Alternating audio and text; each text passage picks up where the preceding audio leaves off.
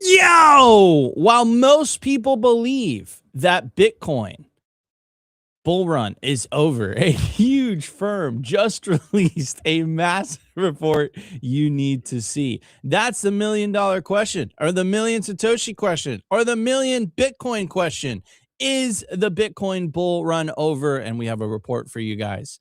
It not only made the case for a 2026 Bitcoin bull run, but they even suggested this rally could last up to 10 years. Do they actually know something we don't? Or is this another classic counter indicator and the bear market is about to get worse? Anyways, no more delay. Let's jump straight into the report. I don't know what's happening to me today. I'm like tripping over words and stuff. Anyways, what am I talking about? Here's a report by Fidelity. The reason I like Fidelity is they've been around the block. They're one of the only Bitcoin ETFs to actually custody their own Bitcoin. They've been in the game since 2014. They know what the F they're talking about when it comes to Bitcoin. And they dropped a report heading into 2026. If you guys have been tuning into the show for the last couple of weeks, Opti and I have been on the opposite sides of the table, literally and figuratively, right? I guess that's the term. Opti comes from the school of thought that, hey, he believes that the Bitcoin is going to continue, that the Bitcoin bull run is going to continue. This time is different. A lot of smart people sit on that camp, by the way. You have the likes of Michael Saylor. You have the likes of Lynn Alden. You have the likes of Lawrence Lepard, right? And then the case for why the bull market would continue in 2026 is because of the institutional adoption of Bitcoin. I'm coming from the other school of thought. I'm observing what's right in front of me. What am I observing? The 4-year cycle right now is completely intact. It seems like we peaked in October of 2025 at a top of $126,000. And it seems like we're heading into, and we've been in the beginnings, the early innings of a Bitcoin bear market.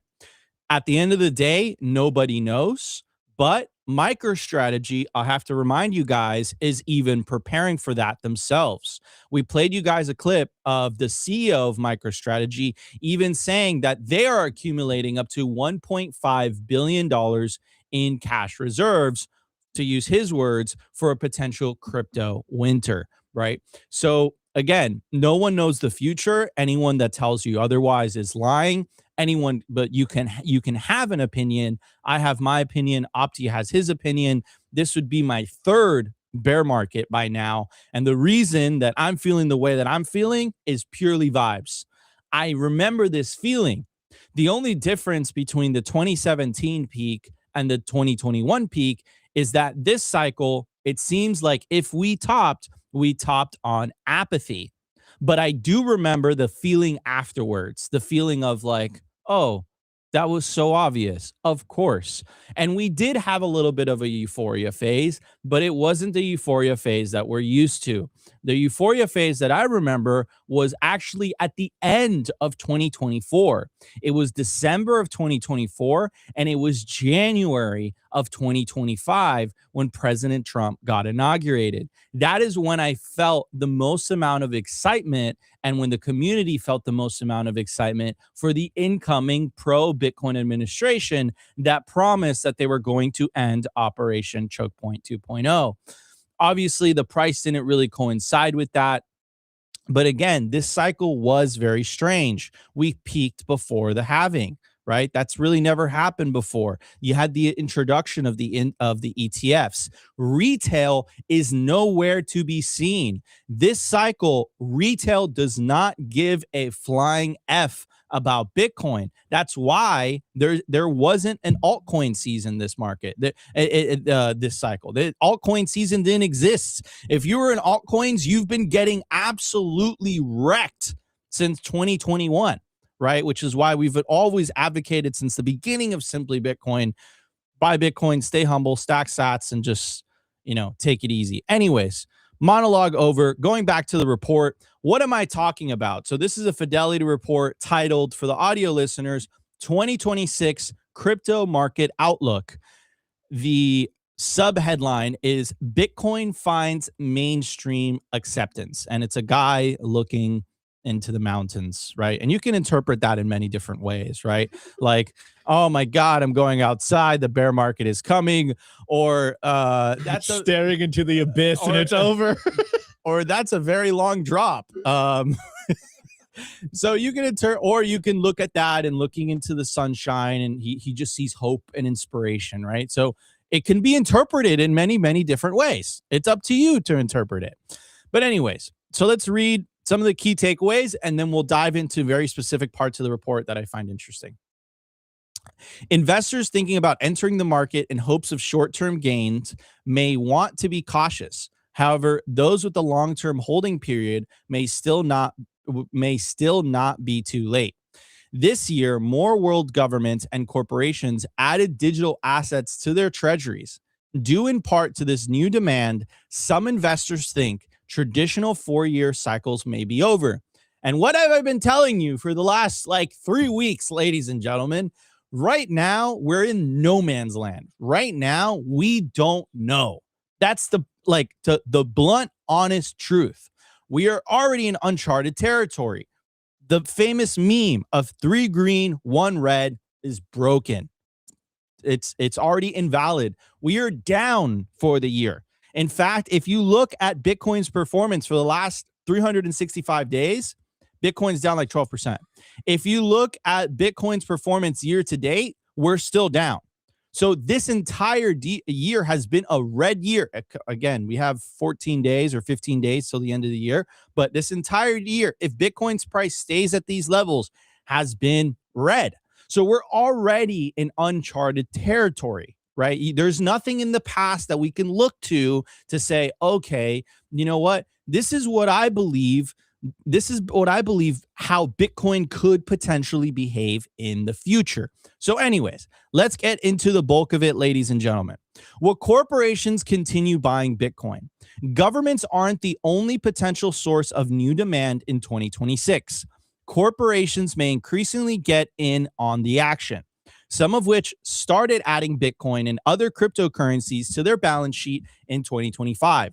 Thus far, one of the most publicized examples has been software and analytics company Strategy. Of course, all you guys know that, formerly known as MicroStrategy, which has been steadily buying Bitcoin since 2020. This year, however, more companies adopted this practice, turning it into a trend.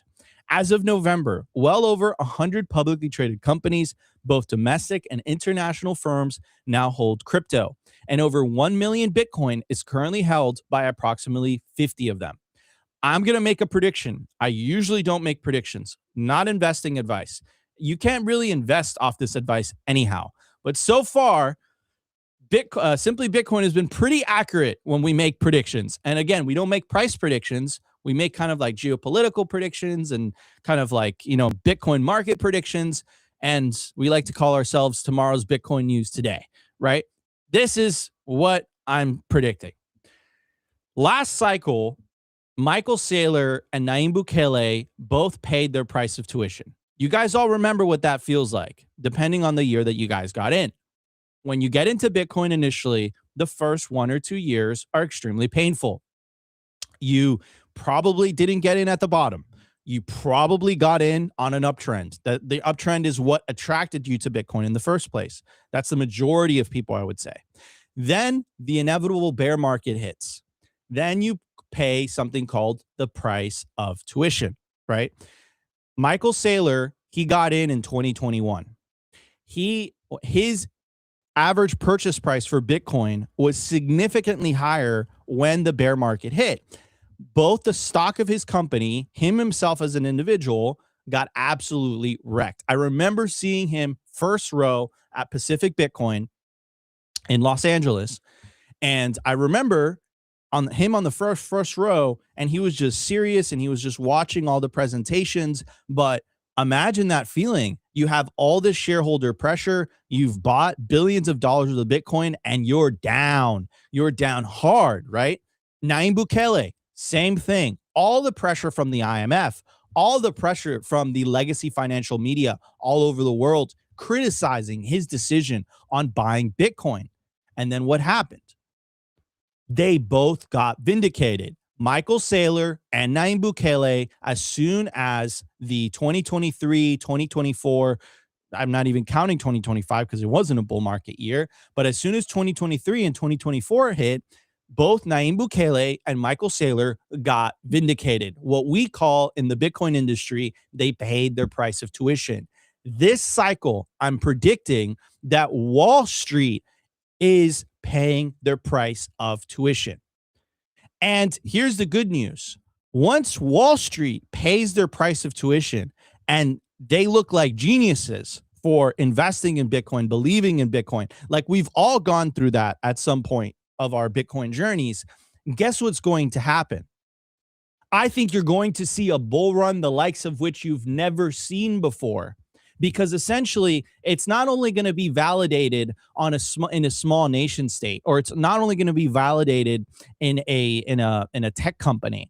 It's going to be validated across. You see it here across 50 publicly traded companies, and that's going to force the likes of Google, the likes of Meta, the likes of Apple to say, listen, if we don't buy Bitcoin or have exposure to Bitcoin, we are going to be at a fundamental strategic disadvantage compared to companies that do hold Bitcoin. And that's when I think the game is going to change. Anyways, so the report continues to ask the question, what we've been asking for these last couple, since really October. Simply Bitcoin has been in a holding pattern since October, and we've been asking ourselves the same. Right? We had this mini euphoria in October. We thought finally October 1st hit. Wow, dude, we're getting our price run. And then no. And then it just all kind of right. And we've been asking ourselves this to the point that Opti and I are fighting on air, right? Walker America came on the show the other day, called me a bear, right? Opti's calling me a bear. I'm sticking to my guns, right?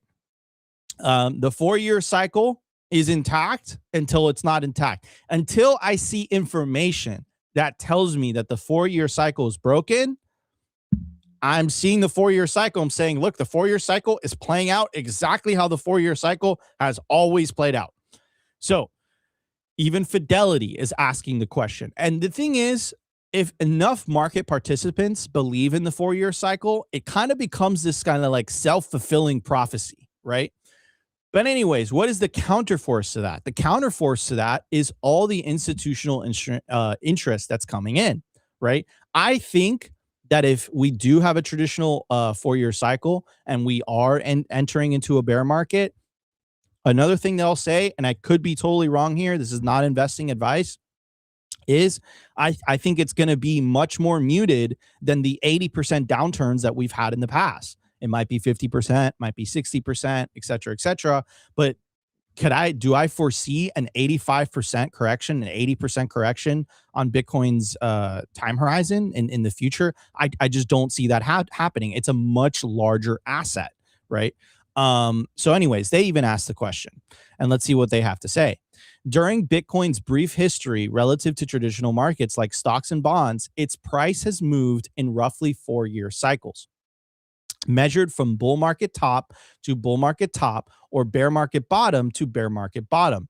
It formed bull market tops in November 2013, December 2017, and November 2021, as well as bear market bottoms in January 2015, December 2018, and November 2022. These cycles have been accompanied by significant price swings. The first cycle saw a drop from 1,150 to 152. The second, 19,800 to 3,200. That one was painful. I remember that one. I think me and Opti became friends at that point during that pain, during that madness when there was actual volatility in Bitcoin. And the third, 69,000 to 15,500. And as Bitcoin behaves, the rest of the crypto market has tended to follow. In many cases, in even more dramatic fashion. Currently, we're around the 4-year mark of the current cycle, as the last bull market topped in November 2021. And over the last month, crypto prices have been dropping. So could the current bull market have topped? if the 4-year cycle repeats, we could be at or near the end of the current bull market for Bitcoin. However, some crypto investors think this historic trend is coming to an end, like Opti, and that the current drawdown in price is just a temporary pullback before the market resumes its uptrend. What does this mean specifically? Some investors believe that while there will still be pullbacks in price, any drops will be substantially less volatile than they have in the past. I fit into that category, and could be small enough that they won't feel like full-blown bear markets. I don't know if I would go that far. Others believe we could be entering into a super cycle where the bull market continues for years into the future. For reference, a super cycle in commodities in the 2000s spanned nearly a decade. That would be fantastic. That sounds amazing. Don't give me that hopium, Fidelity. Coupier doesn't think these cycles are altogether over, as the fear and greed that create them haven't magically disappeared. However, he notes if the 4-year cycle was to repeat, we would need to have already put in the all-time high of the cycle and be continuing into a full-blown bear market. While the drawdown in November has so far been severe, he notes we may not know until 2026 whether it confirms a 4-year cycle. The current drop in price could be the start of a new bear market, or it could be just be a bull market drawdown that resolves in new all-time highs, like we've seen a few times so far this cycle. Whether these predictions come true remain to be seen. We may not know for sure until well into 2026. And that I completely agree with. And by the way, I'm not sure either. I have my suspicions. Opti has his suspicions, but I'm not confident. Like, I'm not 100% confident in that because of three primary reasons. Reason number one, we never entered the euphoria phase, right? We had a tease of it in the end of 2024, beginning of 2025, but the price never entered the euphoria phase. The price never went into full blown off top type of situation. Reason number two, we have a pro Bitcoin administration that has a lot riding on the performance of Bitcoin, right? His administration got a lot of donations by the industry. I was making a joke a couple weeks ago. I was saying, like, bring back Kamala. I hear the cackling in the background, because at least during Operation Choke Point 2.0, in fact, during its worst years, Bitcoin's price was actually running up. During 2023 and 2024, the Bitcoin price action was actually fantastic. When Trump was inaugurated, the Bitcoin price was at 109,000. 12 months into his administration, we're at $87,000, right? So do I think there could also be, some sabotage by the Federal Reserve? I truly believe that, right? Like, not lowering rates fast enough. The Federal Reserve's hostility towards Bitcoin. They don't want the Trump administration to succeed because he is pro-Bitcoin in terms of his policy. Could that be the case? Perhaps. But then if that were the case, why did Bitcoin pump so hard during, the Biden administration that was actively trying to sabotage the Bitcoin industry, right? And then the reason number three, I said there's three reasons, is the amount of institutional adoption and institutional interest in Bitcoin, which is unfound, like, it's never happened before in Bitcoin's history.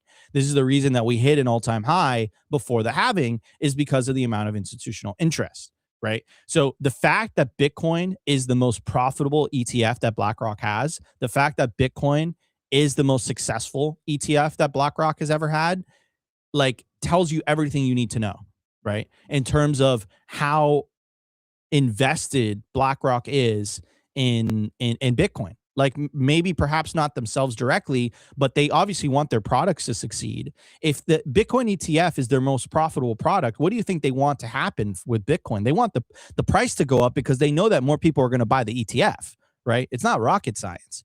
So for those three reasons, it gives me the vibes, again, just going off vibes here, that this time could be different. and Opti could be right, and Walker could be right, and Lynn could be right, and Michael Saylor could be right. I think Jack Mallers also could be right in terms of 2026 being a bull market year. Michael Saylor believes that 2026 is also the year that banking gets into the industry. You kind of saw the civil war between JP Morgan, Jamie Dimon, and Michael Saylor. Jamie Dimon's trying to take market share of some of Strategy's market, right? In terms of some of their offerings. They're like FUDing Strategy and then simultaneously launching a Bitcoin product. Like, this is all happening while we're in the beginning of a bear market like that. And then also, not to mention all the sovereign wealth funds announcing, hey, we're buying Bitcoin. Like, a lot of that doesn't really make sense,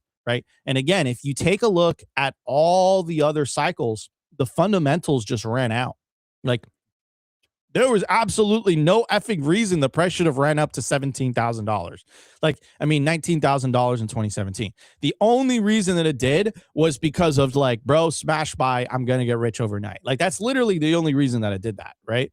Anyways, it continues to say, in light of all of this, investors who haven't entered the market may be wondering if it's still a good time to buy Bitcoin.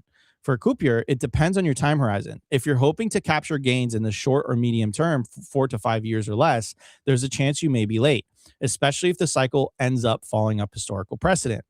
Quote, however, on a long-term horizon, I personally do not think you can ever be fundamentally late to Bitcoin if you are thinking of it as a store of value. As long as it is hard supply cap remains in place, I believe potentially every purchase of Bitcoin is putting your labor or savings into something that won't lose value due to the inflation resulting from government monetary policy, aka money printing. So I'm gonna leave it at that. I'm gonna leave this chart, and then Opti, if you want to do a wide, let's just have a conversation about it, bro. Because like now, even Fidelity is playing the Nico Opti role. And by the way, we did not do this on purpose. We didn't play good cop, bad cop on purpose just to entertain you guys. It totally just happened organically. Yeah, he's not faking his bearishness. No, like I actually feel this way.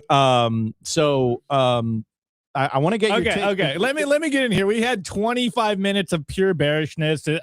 It's almost too much to cope with right now, Nico. So let me do that. Let me do the bullish case here. Look, all right. First of all, on this report, I do want to touch on one thing before I kind of make my bullish case. I guess the first part that I want to touch on is where it said, you know, in Bitcoin we've been saying Supercycle for a long time. And I was trolling yesterday. One of my friends, Jestifer, shouts out to Jestifer. He created Amboss, BK alumni back in the day. If you know, you know. He did the post like Fidelity said the word. Like Fidelity said it, Supercycle. Here we go. And I was trolling and I'm like, oh, it's so over. Like, it's so over. Every time Bitcoiners start talking about a super cycle, that's usually your key that this is a top. Even though we're not at the top, usually when Bitcoiners start talking super cycle is when, you know, like we're going into a bear market. That's just kind of like the classic Bitcoin heuristic. Anytime Bitcoiners start saying super cycle, you just pack it up. Just pack it up. So you're confirming what I'm saying. No, I'm trolling. I'm low-key trolling. I am trolling here. I'm trolling a little bit. So that's like my first kind of troll. Though, backing this up with actually some kind of, you know, historical context here, like gold, everyone's been saying recently, like, oh, you know, Bitcoin could be in a 10-year bear market like gold was. And I usually retort with like, yeah, but it had a 12-year bull run before that. So, you know, there is historical precedent in commodities where assets do run for a decade.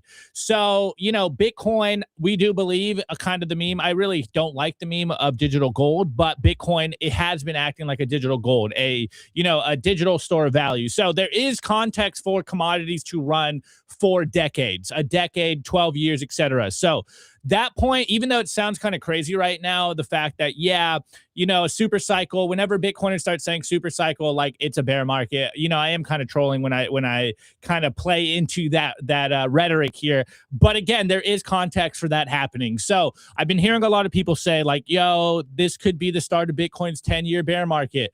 again, you know, that would presuppose that maybe the last 16 years is like all the Bitcoiners say. We've been on a bull run since 2009. Who really knows? Now, hearing everything that Nico said, I like.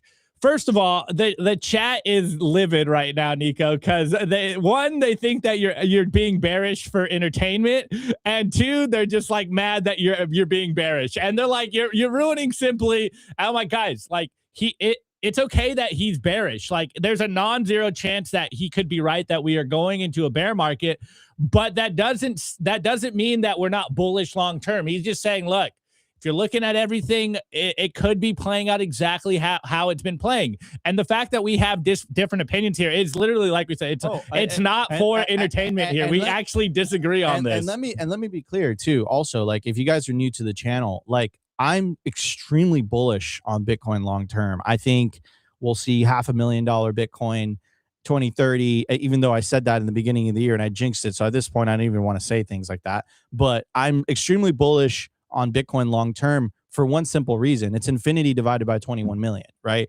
Governments are going to continue debasing the currency. When governments debase the currency, asset prices go up. My opinion is that Bitcoin is the best asset the world has ever seen. Therefore, it's like a monetary black hole, right? That's my base case on Bitcoin. I'm extremely bullish on Bitcoin long term. I think it's going to continue to go up forever, Laura.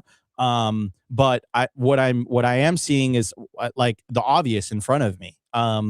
So if I were telling you not what I truly believe in my heart and soul, then I wouldn't be authentic, and I wouldn't be doing, I wouldn't be speaking my truth, right?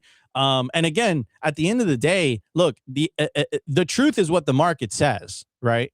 So like fundamentally right now, the market is saying Bitcoin is worth $87,448. That's what the market is saying. That's what the market believes. And I'm just comparing and contrasting that with where the Bitcoin price was exactly a year ago and where the price of Bitcoin was when Trump was inaugurated, and it was 109,000. So the market valued Bitcoin more a year ago. I'm a year older, bro. Okay. Like, God damn. Right. Like I had a daughter and now she's 2 years old. Right. Like it's a long time. And in Bitcoin terms too, like maybe in the grand scheme of life, a year isn't a long time, but like in Bitcoin terms, like if you guys are new here, a year is like a decade. Like you age, like you get gray hairs, and like a lot of things have happened. Right. And the price of Bitcoin has been flat. Right. Like Opti showed you, if you want to pull up that chart, right? Like it's crazy, dude. Like you have the historical Bitcoin, the yearly chart. Like you see Bitcoin's yeah, I mean, I agree. It's not pretty. So like it's totally not pretty. So like that's all I'm talking about. Like I'm not trying to be this, like, you know, dude, you're just I can't even say it, but you're a bear, and it's okay. It's okay that you're a bear. You know, it's fine. It's totally fine that you're a bear. I just totally disagree. Look, Nico, like, I think like look at that, bro. Yeah, it's horrible. But look, all right. I'm glad you brought this up. No, and like zoom, like give it more. I'm what? Zoom out or zoom like in? go to the right. Go to the right. Yeah, exactly. Like, and then scroll to the left. Like go left. Yeah, exactly. Just leave it right there. Like, look at that. So like, we've never seen that before. Yeah, right? and this is why. All right, I'm glad we're doing this, Nico, because this is my contention. Look, as Nico said, this cycle has been absolutely different. Whether you doing this time is different or not, the 4-year cycle in and of itself is not playing out how it used to in the past. If you look at this chart, it's literally showing you exactly that. The 3 green years, 1 red year, that's not where we are. So yes, the 4-year cycle in the sense of 18 months after the halving, maybe this is where the contention is. If you say, hey, look, 18 months after the halving, we hit a top. That's exactly what we're hitting right now. But the 4-year cycle, as Bitcoiners know, is 3 green years, 1 red. Well, if we end the year in 2 weeks where we are now, that meme breaks. It's 2 green, 1 red. And for everyone watching, it's blue for green. I'm colorblind. It helps me see this a little better. So that point is like that meme broke. It's no longer 3 green, 1 red. The 4-year meme, in my opinion, is broken, even if the top was in October. because of that meme in and of itself. And that goes into a lot of the stuff we've been saying on the show for a while. Is one, we had the all-time high before the halving. Two, the parabolic green year is absolutely wrecked. That's not playing out. Three, we finally got all the institutions, all of the nation states coming into Bitcoin. So like this time is different, just bar none. It's completely different. So that's my kind of basic view of where we are right now. Like things have changed. That's all I'm saying. I'm like, yeah, you know, Bitcoin had a 15, 16-year history. It was very easy and predictable to understand what the Bitcoin market was going to do when retail was in control of that. But now we all know institutions are here. They're dwarfing all of the buys. Retail is nowhere to be found. So retail is no longer in control of this. Plus, we have the halving now that literally barely releases any Bitcoin into the ecosystem, or rather doesn't release that much Bitcoin when you're seeing all these ETF buys, when you're seeing nation states buying. Yes, it could be potentially Bitcoin and they're not actually buying Bitcoin, but the amount of supposed institutional buy right now is absolutely, like, I forget the numbers and I'd have to go pick it up for you, or maybe someone in the chat can say it to me. It's like 4 or 5 times what the halving schedule is releasing right now. Yes, there's been a lot of whale sailing right now, but the fact we've been holding on this long just shows how much of an unlimited bid is down there. It just shows there is a lot of interest in Bitcoin. Now, the mechanisms, you know, whether that's actually they're actually buying Bitcoin or it's paper Bitcoin going to the ETFs, but it just shows me that all the dynamics that Bitcoiners that we've been used to for the last 15, 16 years have fundamentally changed. And I have been bringing up kind of the chart, and I don't want to chart boy more to you guys because some of you guys like it, some of you guys don't. But essentially, since the ETF has been launched, essentially since 2023, I know the ETF was, what was that, 2024? But since 2023, since the bottom of the last kind of bull bear cycle, we've been in this constant uptrend.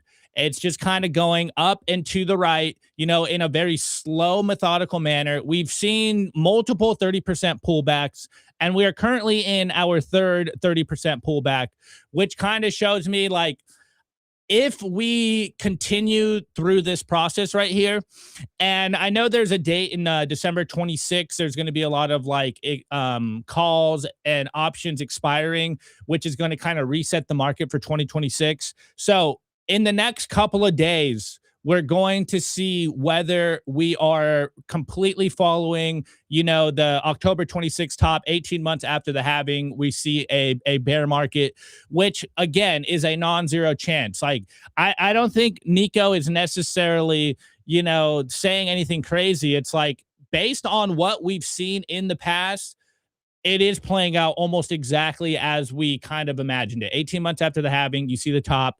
It is what it is. Bear market confirmed. But all of the stuff that we've been covering all year long, all of the kind of bullish news, the bullish attention, whether you're from the regulatory front, you know, we're starting to see new regulatory front from the CFTC, the SEC. So finally, the ship is turning on that front. Everyone can finally go in. We're seeing all the banks be able to go in now. Last week, we've seen literally every huge major bank in the U.S. start to embrace Bitcoin, drop Bitcoin products, announce collateral, announce loan products, and that is going worldwide. We've seen sovereign wealth funds around the world start to embrace Bitcoin. We've seen nation states start to embrace Bitcoin. Now, of course, I want to see individuals start to save in Bitcoin, but all of this combined is just telling me, like, this is different. That's kind of the view I'm taking. Like, yes, I get, you know, the heuristic of 18 months after the halving, yada, yada, yada.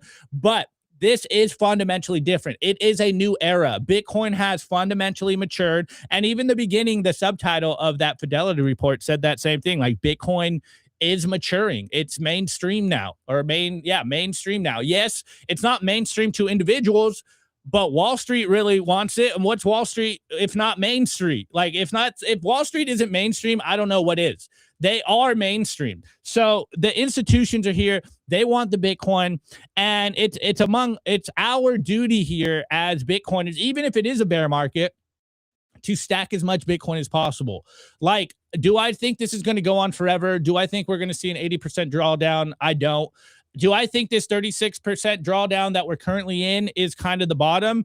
Like, I'm leaning more towards that. I don't think it's going to go much lower than like 70K tops, which would be maybe like a 50% drawdown. I'd have to kind of, chart boy a little bit here. But in my head, all of this stuff, maybe it's because I am more like macro focused right now. And there is this macro cycle that's shifting, being a lot more bullish going into 2026, which is kind of, I don't know, influencing my view that 2026 could potentially be a bullish year for everything here. Like the money printers coming back on, the interest rates are coming down, like the free money is coming back into the system, the liquidity is going to be running hot. And I'm like, all of this together just makes me think like there's no possible way that the liquidity isn't going to find its way into Bitcoin, especially once everyone kind of stops feeling the uncertainty in the markets, because there's been a lot of uncertainty throughout this whole year. But again, dude, like that, like this is what happens every bear market. Like this is what happens every bear market. I don't disagree. I'm just saying every bear market is the same thing, right? I'm just saying it's like there's a reason as to why it should continue, and it just doesn't, right? And like this is where like Opti and I are kind of in disagreement, and this is where even our friends over at Fidelity are just like, yeah, they were totally on the fence. They're like, it could be over, it could not be over. Like, I kind of have no idea what's gonna happen. Like that's the reality. And by the way, guys, if you're tuning in to your favorite, a lot of these people are my friends, but I'm not gonna name any names. I'll just put it to you simply. No pun intended. No one has any idea what the price of Bitcoin is going to be at 6 months from now. No one has any idea. Like TA, I watch it for entertainment. I'm one of those people, but I understand it's entertainment. But anyone who's like trying to chart boy this and like try to give you an expectation or saying, oh, we're going to have an end of the year rally and whatever, this and that. No one has an effing clue. And this year, I hope that all you guys have come to that realization, because every single prediction from every single well-known person, including myself, by the way, I was tweeting 500K Bitcoin in the beginning of the year. Including me. Because again, I was excited that the Trump administration was coming in. Everyone was wrong, like completely effing wrong. Let me say that again, completely effing wrong, right? So that's just something to keep in mind, is that like, no one knows where the price is going. Even Fidelity is like fence sitting. And towards the end of bear markets, you come up with reasons as to why the bull market is going to continue, right? So again, observing here, right? I'm really glad that Opti and I have both different opinions, because if we were both bullish, I think it would be bad. Yeah, if we were both bullish, it would be totally bad. And I think if we were both bearish, it would be boring. Right? No, if we were both bearish, it would be bullish. So I'll say this: as soon as Opti turns into a bear, that's when we're going to start going up again. Not going to happen. Dude. That's the bottom signal. This is true. This is true. Opti's bear capitulation is the bottom signal every single time. So we don't know when that's going to happen. Anyways, guys, it's going to be a fantastic show. We have tons to cover today, ladies and gentlemen. Interesting question was thrown at President Trump yesterday, regarding the Samurai wallet developers, whether he was going to give them a pardon or not. Again, this shows the power and influence of our industry. I know that one of the developers was making the rounds on all the podcasts. He was scheduled to come on today. We were going to have a special surprise for you guys. Unfortunately, he couldn't make it. But anyhow, that's being asked to President Trump. President Trump owes our industry a lot. We raise a lot of money for him, and you can make a very strong argument that the reason that he won this previous election was because of people in Bitcoin, unless he wouldn't have gone to the Bitcoin conference if he didn't think so, right? Another thing I'll bring up on your guys' radar, it's an excellent article by Lola Leitz regarding the Tornado Cash case. Now, the Tornado Cash case and the Samurai case, in my opinion, are inherently linked. And also, we had a post by Eleanor Tourette. She was formerly with Fox Business. Now she is with Crypto America. Anyways, great journalist, great reporting. And she's basically making the argument that there's going to be no more legislation this year. So the Clarity Act that we were all hoping for, apparently that's not going to be passed. And my opinion, that's not good news, because I think currently how things stand, unless Trump pumps Bitcoin to 500K, I think the GOP is going to lose the midterm year. I think they'll hold the Senate, but I think they'll lose the House. And if they lose the House, I'm just not bullish on any crypto legislation, Bitcoin crypto legislation at all whatsoever. So we're going to be talking about all of that during the show. And Opti, what do you have during the culture segment? We're getting some more information coming out of the Fed on who the next Fed chair is, and the new lead, he's sounding kind of bullish on Bitcoin as well. So as of now, both of the leading guys that are supposedly going to be in the Fed are basically Bitcoiners now. So we're not on the boat of ending the Fed yet. But we might get Bitcoiners in the Fed, and then we're seeing, guys, the liquidity's back on the table, boys. They already started. It's happening. They rebranded QE. They rebranded QE. So I'm going to hit those two things. We're going to talk about both of those. It's not QE anymore, ladies and gentlemen, but it's still money printing. Anyways, we're going to be right back in just a bit. But before we do that, I do want to give a very big shout out, of course, to our lead sponsor, best place to build your automatic self-custody Bitcoin stack. Who am I talking about? Of course, I'm talking about bitcoinwell.com.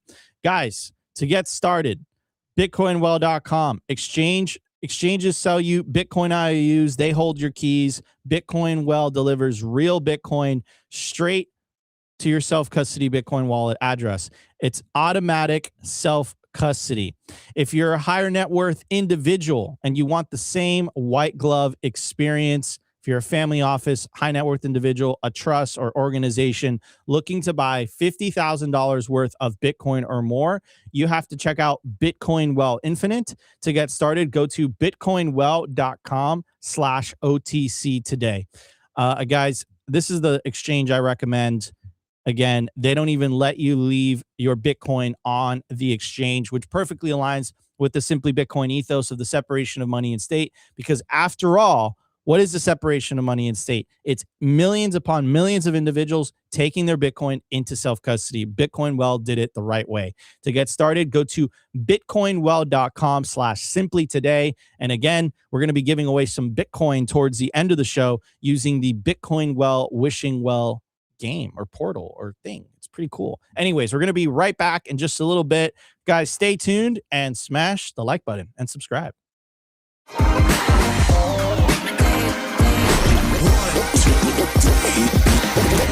I want to give a shout out to our partner, StampSeed.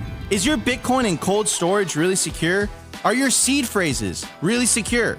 StampSeed's do-it-yourself kit has everything you'll need for you to hammer your seed words into commercial-grade titanium plates. Instead of just writing them down on paper, paper is fragile. Titanium plates are strong. Your words are actually stamped into the titanium plate with this hammer and these letter stamping tools. Once the words are in, they aren't going anywhere. No risk of the plate breaking apart and pieces falling everywhere. Titanium stamp seeds will survive nearly triple the heat produced by a house fire. They are also crush-proof, waterproof, non-corrosive, and time-proof. And now you can customize your titanium seed plates. You can upload your design or logo and they will laser engrave it on the back of your seed plate, the opposite side of where the words are. Stamp your seed on StampSeed and use promo code SIMPLY to get 15% off anything on the stampseed.com store.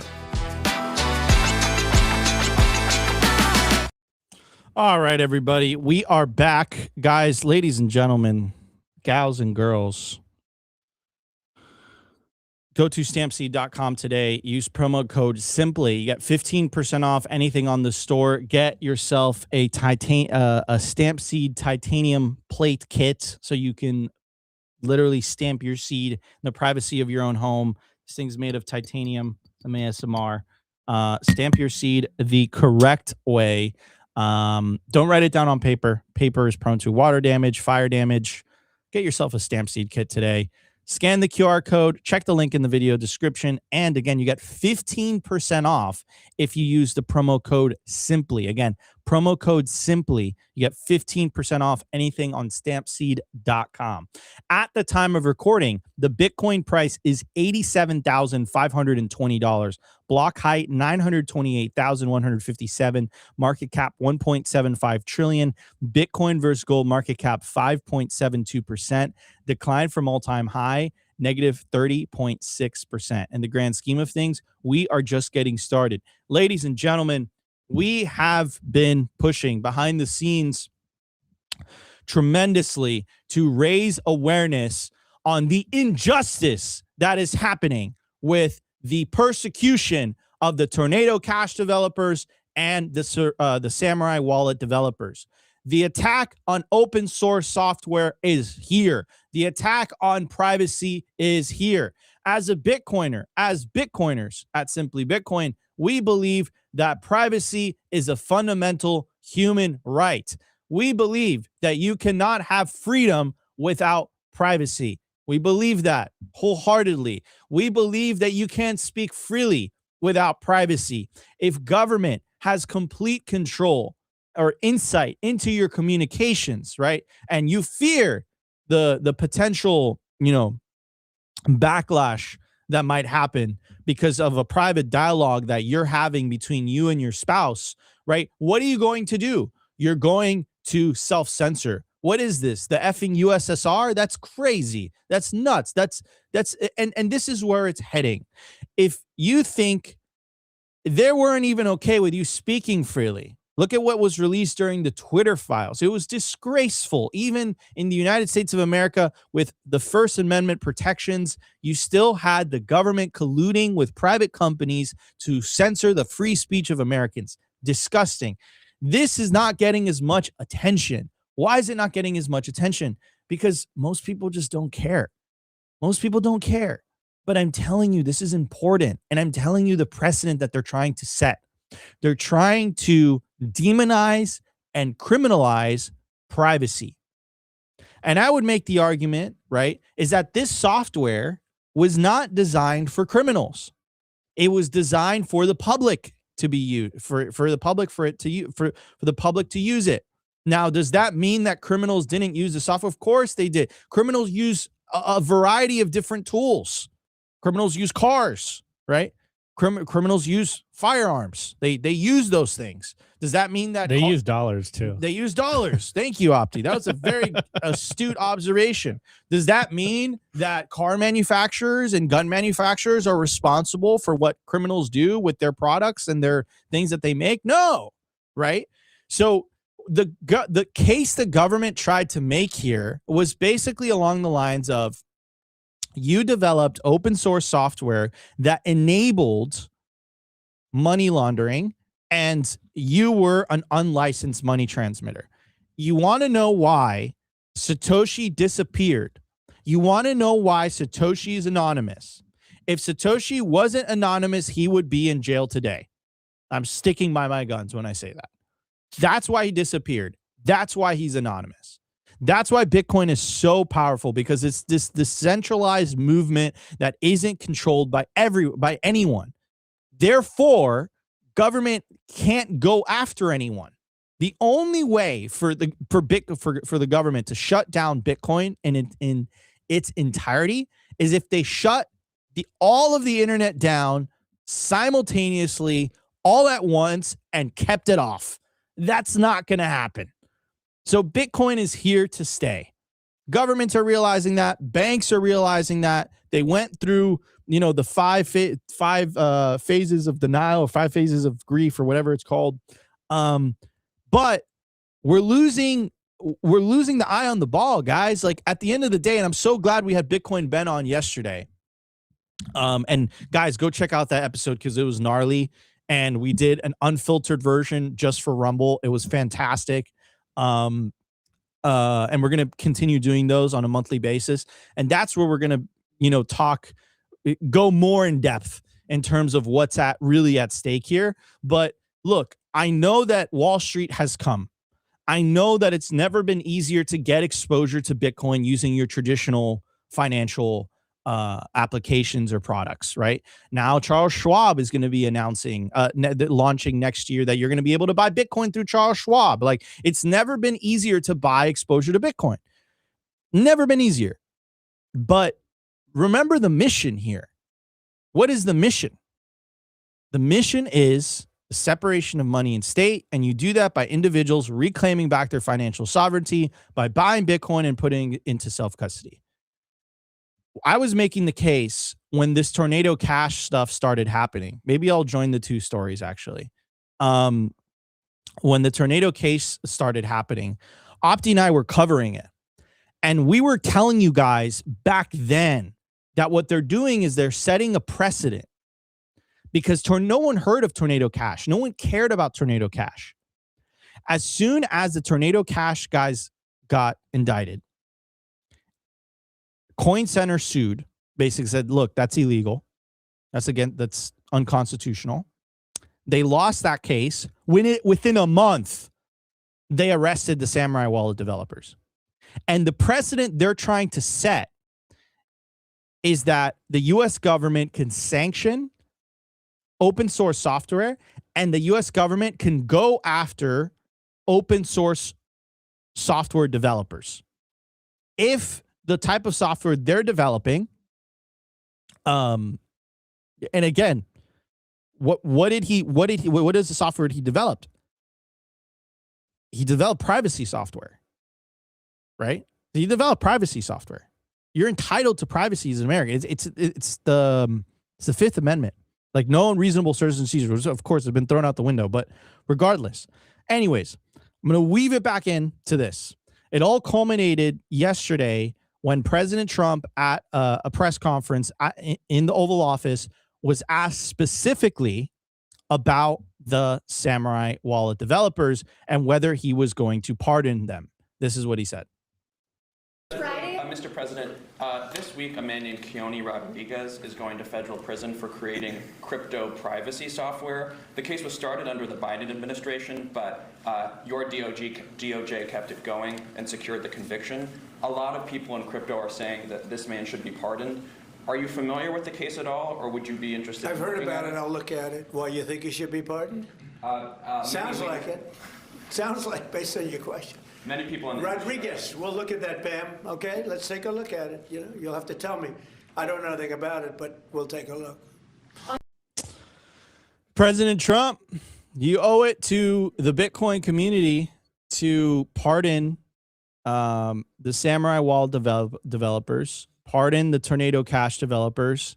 I understand that these cases started under the Biden DOJ, but this is now your DOJ. President Trump, please pardon the Samurai Wallet developers. They did nothing wrong, and it's setting a very, very dangerous precedent heading into the future where software developers could be at fear for their freedom for developing privacy-enabling tools and freedom tech, right? So please take a look at that. I'll forgive you for number not no, going. don't just look at it. Let's get this. Let's get this done. I'll forgive you for number not going up in 2025. But please pardon the Samurai Wallet developers, and shout out to the person who asked that question. Obviously, pro Bitcoin person. Yeah, shouts out to the journalist. That was a Chad move. Yeah, that was a Chad move. Getting in there, positioning yourself, and asking that question. So shout out. That was awesome. Shout out to you, bro. Yeah. We should find out who it is. But good stuff. But Opti, and guys, we were supposed to have one of the developers on today's show. We were supposed to have Keon on today. We were supposed to have him on today. Unfortunately, he canceled. Understandingly so.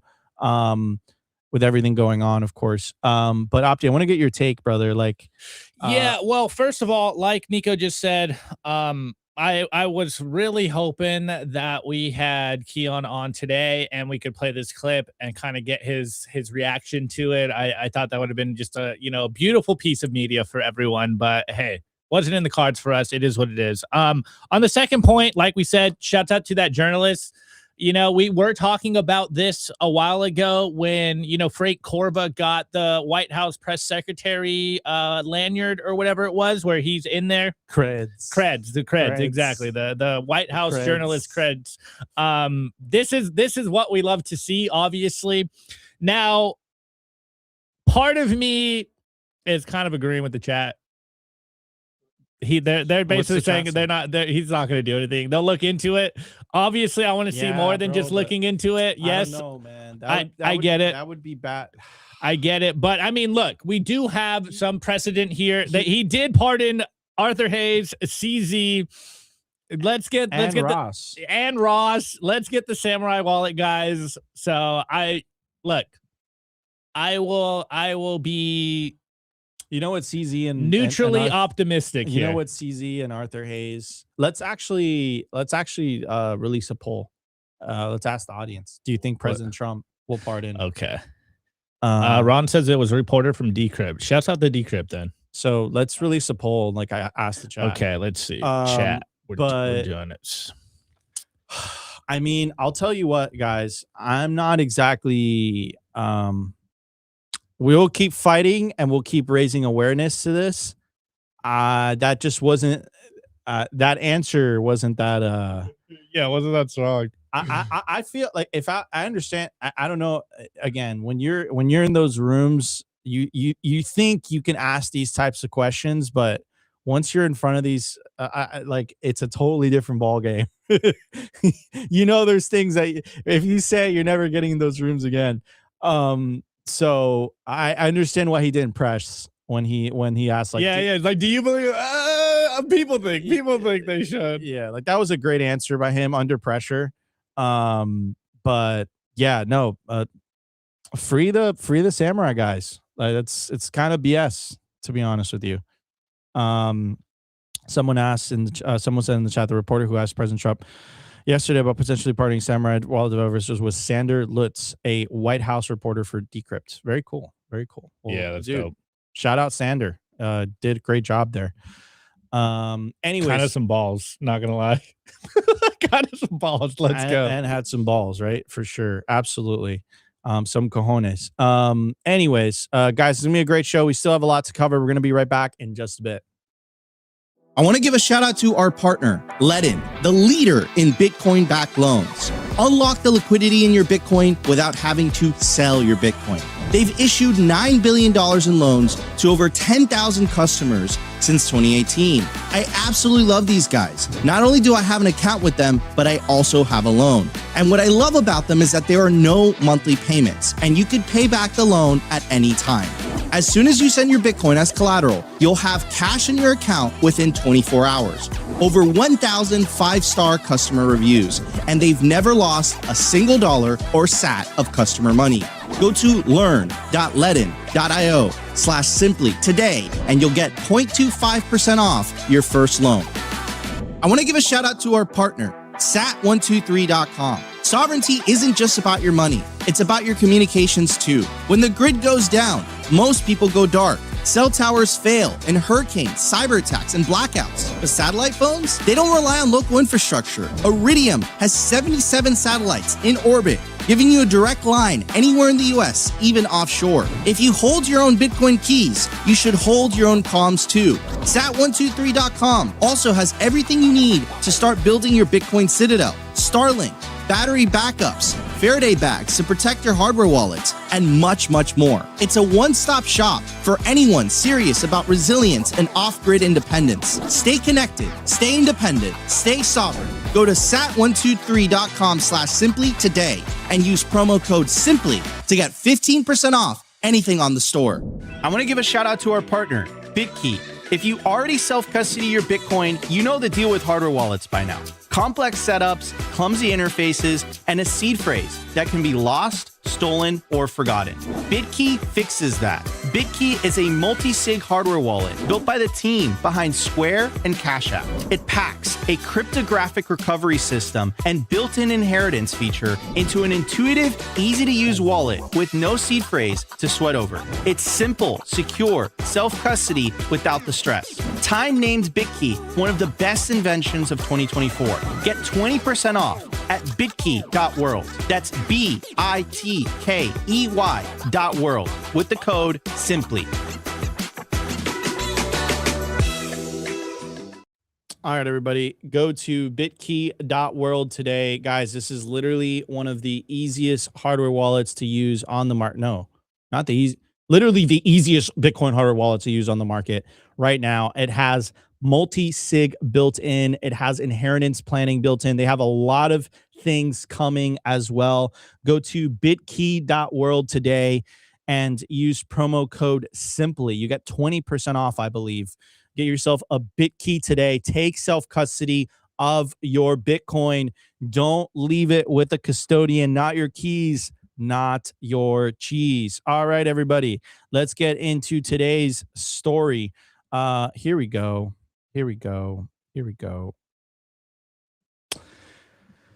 Check out this post by Eleanor. Eleanor has done fantastic job just covering the industry as a whole. She was with Fox Business before. Earlier, she was focusing solely on the crypto industry, the Bitcoin industry. And check out this new report, this new post.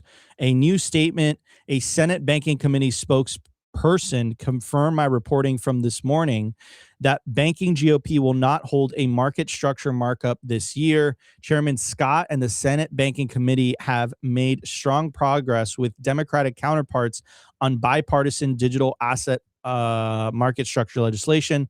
From the outset, Chairman Scott has been clear that this effort should be bipartisan. I completely agree. He has consistently and patiently engaged in good faith discussions to produce a strong bipartisan product that provides clarity for the digital assets industry and also makes America the crypto capital of the world. The committee is continuing to negotiate and looks forward to a markup in early 2026. So I just, what I'm interpreting from this is that it doesn't seem like there's going to be any more. Read the official note right there. Yeah. We've okay, so this is the official note. We've reached the final legislative week of 2025, which is expected to be a short one as House and Senate members head home for the holidays, some as early as Wednesday. Dude, I gotta be a senator, bro. Like they got 2 weeks off, dude. Yeah. Paid. Yeah, me too. Like, god damn, dude. I am getting a week off next week. So I'm a senator, bro. You guys are gonna have to stick with Nico the Bear, dude. Our show is gonna be completely tarnished by next week. Nico the Bear and Sophie for about a. No. We need to get Luke on. We got to get Luke on one time. Anyways, let's read this. We'll talk about this later. This means the Senate Banking Committee has run out of time to mark up market structure legislation this year, and a hearing will now be pushed into the new year. As for the text itself, industry will be waiting to see whether the committee releases the latest bipartisan version, a product it's been working on for the better part of the last 2 months before heading home for the break. The Senate Agriculture Committee has not yet scheduled the markup for its own text, suggesting it will defer its hearing until next year, further extending a process that Senate leadership has originally hoped to complete by the end of this year. Okay. Do you want me to tell you guys my opinion? Yeah, let's get this is the only reason why you're here. Nico on politics. What's the take? This is my take. All right.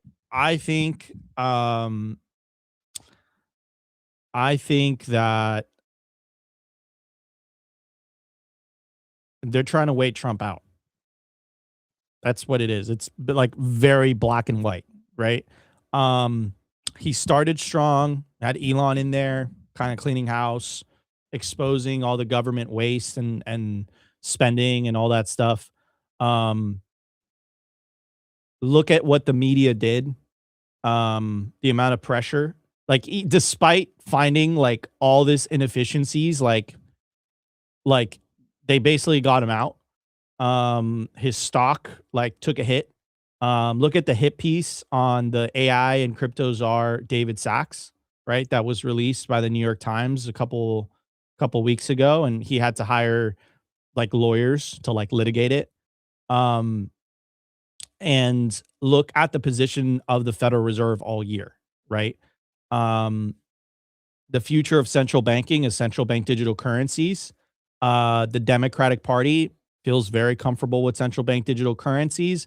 The GOP has made it very clear that, specifically the MAGA GOP has made it very clear that it doesn't like central bank digital currencies at all. So what I think is happening is they're just trying to wait Trump out. That's what I think is happening, because next year is a midterm year. And I think, like, if you look at the odds, like the betting odds right now, it's highly probable, as things stand, that the Republicans lose the House. And if they lose the House, like, forget about any crypto legislation. Are they going to lose the House by like a significant majority? I don't think so. But do I believe we're going to start to see impeachments again? 100 million percent. 100%. So, like, what Trump was able to do this year, which was the big beautiful bill, and the Genius Act, which I think was a step in the right direction, but that's more for stable coins than anything else, was great. But honestly, I think I wanted a little bit more. I love the executive orders. Supposedly Operation Choke Point 2.0 ended, but like, I'm seeing the Samurai Wallet guys get arrested. So like, and persecuted. So like, you know, it's like Operation Choke Point 2.0 kind of ended. And then there was the case that Caitlin Long has been making, and Senator Lummis have been making, that that they haven't ended at all. And there's this article that was released by The Rage, and it kind of goes into further detail. And the name of the article is, "This is not how the First Amendment works. Storm Defense tells the SDNY." And here's Lola Leets kind of breaking down the significance of the article. Roman Storm's case is going to have disastrous implications for anyone developing free software if this First Amendment fight is lost. That's what I've been telling you the entire show. Man, I really wish the Samurai Wallet, it would have been a great show. Yeah, it would have been a banger. Anyways, continues to say, North Korea uses Linux for its nuclear weapons program. Linus Torvalds goes to jail. Iran's IRGC are using Signal. Goodbye. Basically, she's making the case that, like, look, like, North Korea uses Linux for a nuclear weapons program. Okay, the developer of Linux, you facilitated nuclear weapon development in North Korea. Like, you know, some person in Iran uses Signal. Okay, the developer of Signal, you're in trouble. This is what we've been talking about, right? This is what we've been this is why I keep telling you, this is why Satoshi disappeared, right? Like, it is extremely scary that this is happening, because you guys have to understand, they did not develop this software for criminals to use it. They developed this software for privacy. They developed this software for privacy. But what the implications are is basically like, look, if you're a software developer, and even though you didn't have the intent of people using your software maliciously, you are still responsible if people use your software maliciously. And guess what? People are going to start doing what? They're going to start self-censoring out of self-preservation. So Lola Leets is 100% right here, and she describes it much better than I did, but it's the same message. The question this comes down to is whether people should be held criminally liable for what they write, and whether there should be a difference between writing words that can instruct a computer, such as code, and words that are purely expressive, such as stating an opinion. According to the government, the distinction is justified. But if we can make the distinction for code, then what about text that instructs a person, like a technical manual, a recipe, or a musical composition? Should I be held criminally liable for composing a song that criticizes the government when it is played by a group of agitators, the United States is at the brink of undoing 30 years of legal precedent that has protected developers from government overreach. Whether you think cryptocurrency is dumb or not should be wholly irrelevant to you supporting Roman Storm.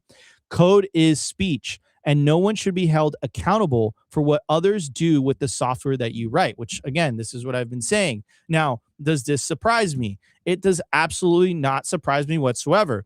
And I haven't read these passages in a long time, but I'm going to refer to the book, The Sovereign Individual, that predicted all of this and why this is happening. New technologies will allow the holders of wealth to bypass the national monopolies that have issued and regulated money in the modern period. Their importance for controlling the world's wealth will be transcended by mathematical algorithms that have no physical existence. In the new millennium, cyber money controlled by private markets will supersede fiat money issued by governments. Lacking their accustomed scope to inflate, governments, even in traditionally civil countries, will turn nasty. Businesses that offer services that facilitate the realization of autonomy by individuals will be subject to infiltration, sabotage, and disruption. Arbitrary forfeiture of property, already commonplace in the United States, where it occurs 5,000 times a week, will become even more pervasive.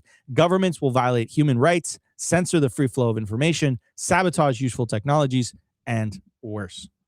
Ladies and gentlemen, if you want to know why this is happening, read the book, The Sovereign Individual, originally published in 1999. And what it comes down to is what Bitcoin Ben was dropping bars on yesterday. Guys, it comes down to money. That's all it comes down to. They're losing their control over money, right? And if you have, this is why they're trying to get rid of cash. It's the same thing, right? And if you have a money that steals from you, that now has competition from a deflationary money that doesn't steal from you. In fact, it increases your wealth over time, not in 2025, apparently.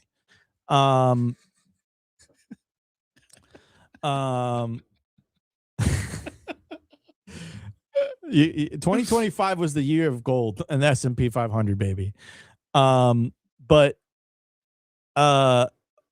point being is,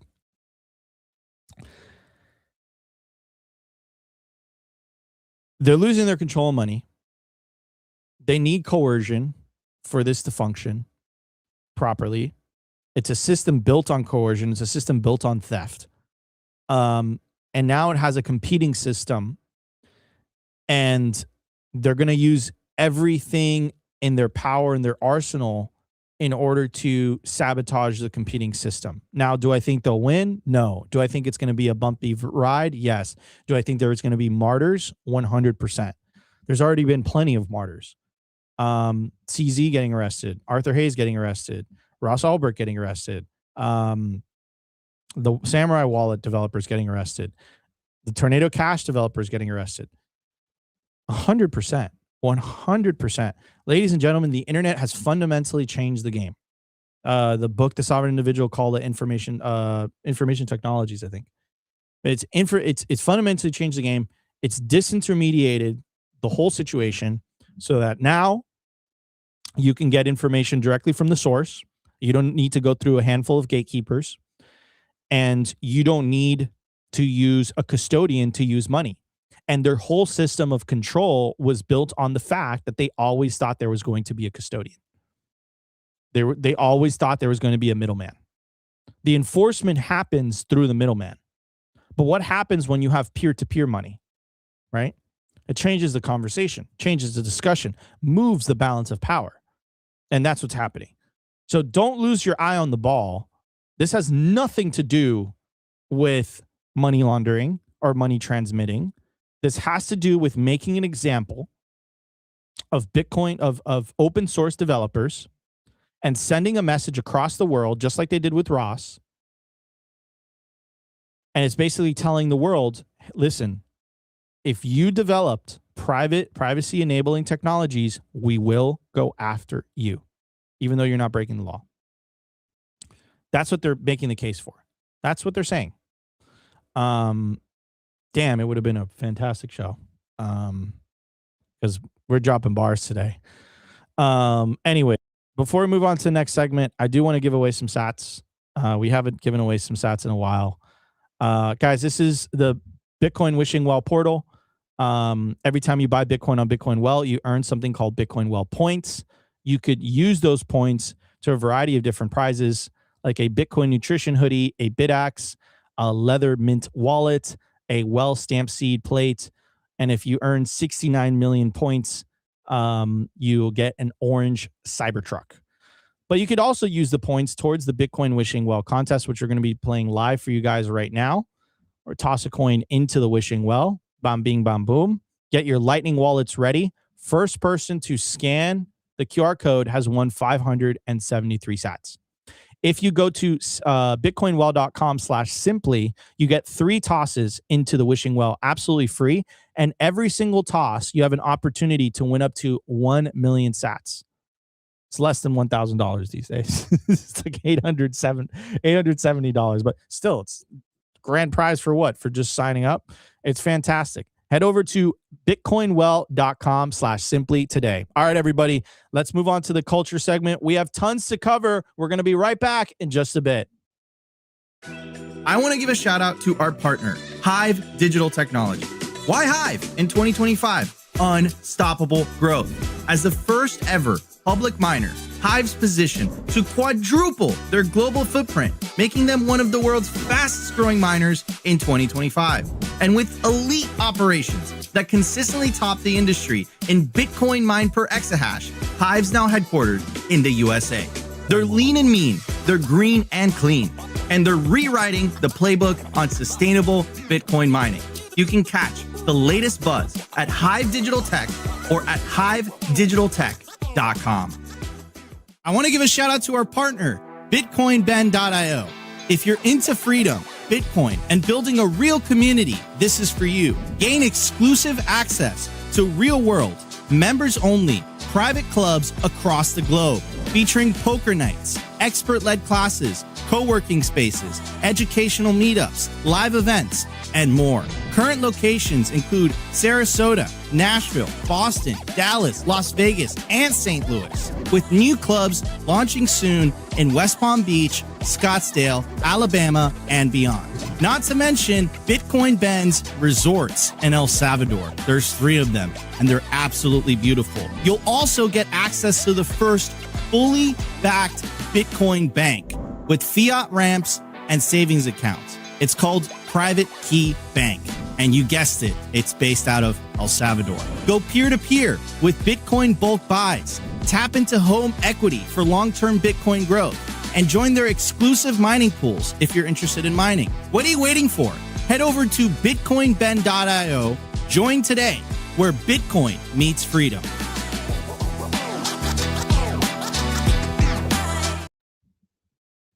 Okay, here we go.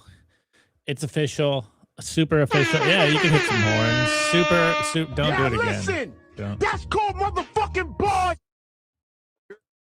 Okay. All right. Enough of that. See, he doesn't even know how to use it. Lol. Okay. First bit of news coming out of the Fed. Obviously, you guys don't really care about what's going on with the Fed. I would argue rightfully so. But again, most people that actually have capital, not us peasants that just, buy nickels in front of a steamroller stacking sats, do. First bit of news, we had already told you the Fed admitted they're going to be turning on the money printer for $40 billion, excuse me. Yeah, a couple of weeks ago. Well, actually, on the Fed News Day when they announced interest rates. We should have a money printer soundboard sound. I should. I'll put a big baby dram, my money printer, go. All right, anyways, mute you. So yeah, they admitted they're going to print, or rather inject $40 billion really buy $40 billion over the next 30 days. Well, now another form of money printing is taking place. The Fed injected $5.2 billion into the U.S. banking system via overnight repos. This is the 6th largest liquidity injection since 2020. It surpasses liquidity levels seen at the peak of the dot-com bubble and signals tight short-term funding stress in money markets. which is what Nico said earlier. They have rebranded QE to a more kind of like precise liquidity injection. And there's actually a good kind of tweet here by I'm not even calling the ex Bretton Woods. Goes 2008 bailouts, 2020 QE, 2025 liquidity injections, different spelling, same printer. Guys, I told you this, what, last week? Was that last Friday? Wait, no, was it Wednesday? Maybe it was Wednesday. Forgive me for not remembering the dates. But they have basically admitted without admitting that they're going to do QE. They admitted QT's ending, and then they're doing this like not QE thing. And now we're getting this targeted liquidity injections into the banking system.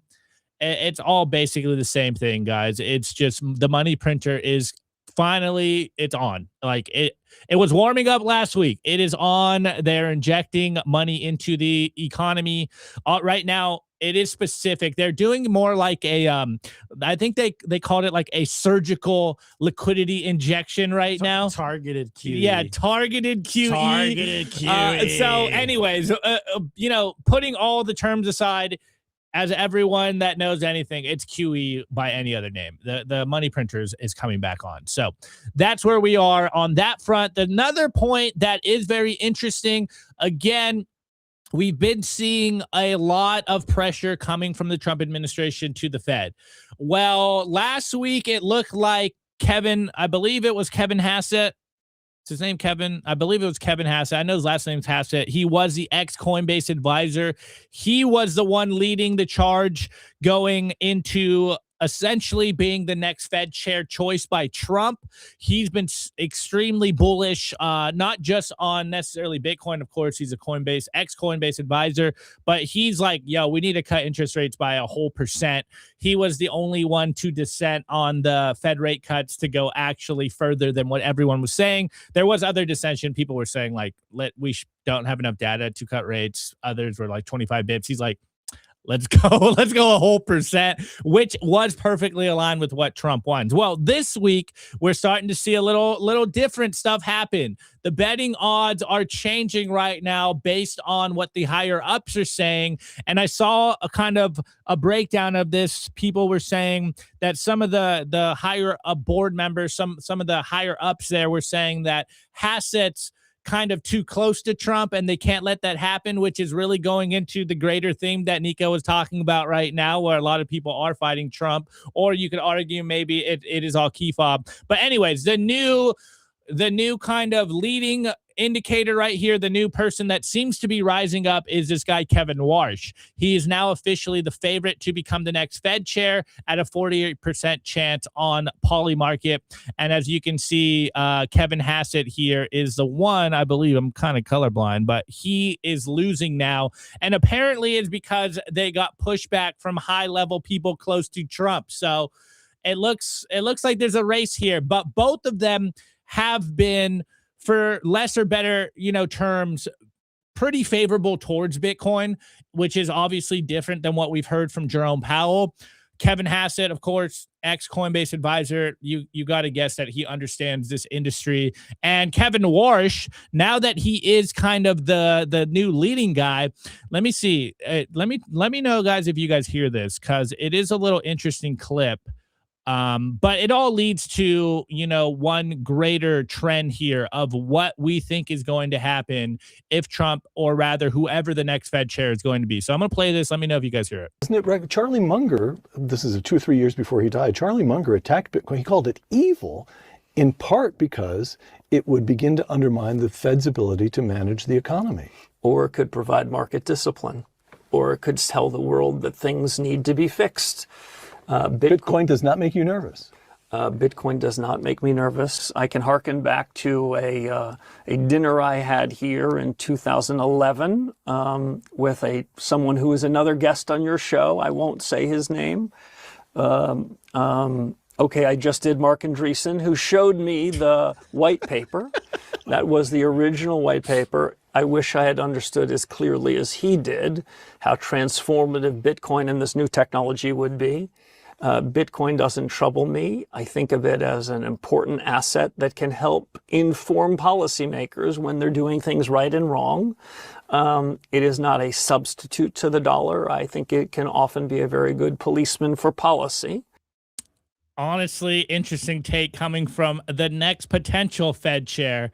And this all goes to what I think is going on. Again, I'm not the first one to say this, but it's been dubbed the Mar-a-Lago Accords, which is they're gonna devalue the dollar, aka more liquidity into the system. They want to lower interest rates, and then of course, unleash stable coins throughout that process, which inevitably brings Bitcoin through to the forefront here. So look, we obviously don't know what's going to happen.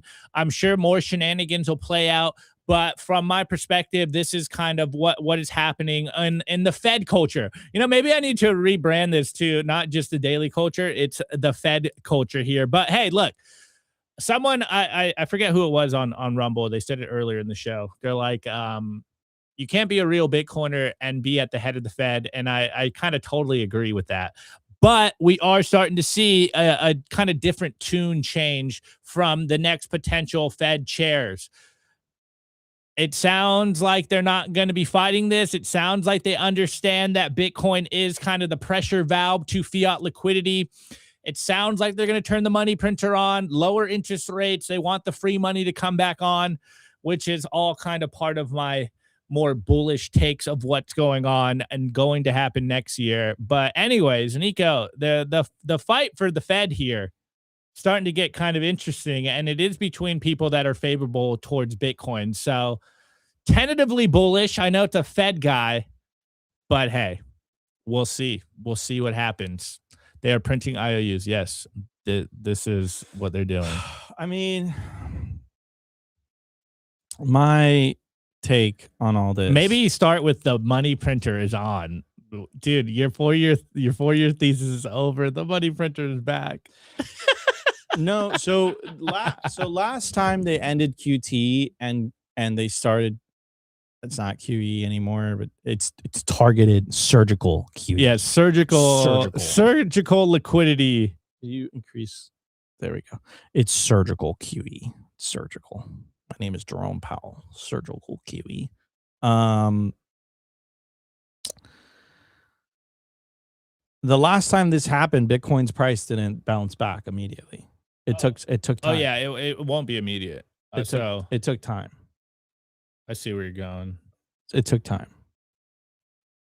Look, like my base case is my base case is that my base case is this. Like, I think that, and I could be totally wrong here, like, but my base case is like I don't think we'll have a crazy